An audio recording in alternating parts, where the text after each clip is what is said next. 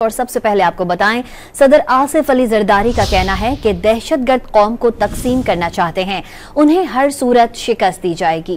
क्वेटा में अमन अमान से मुतालिक इजलास की सदारत करते हुए उन्होंने बलोचिस्तान में तरक्की और पायदार अमन के अज़म का भी इजहार किया।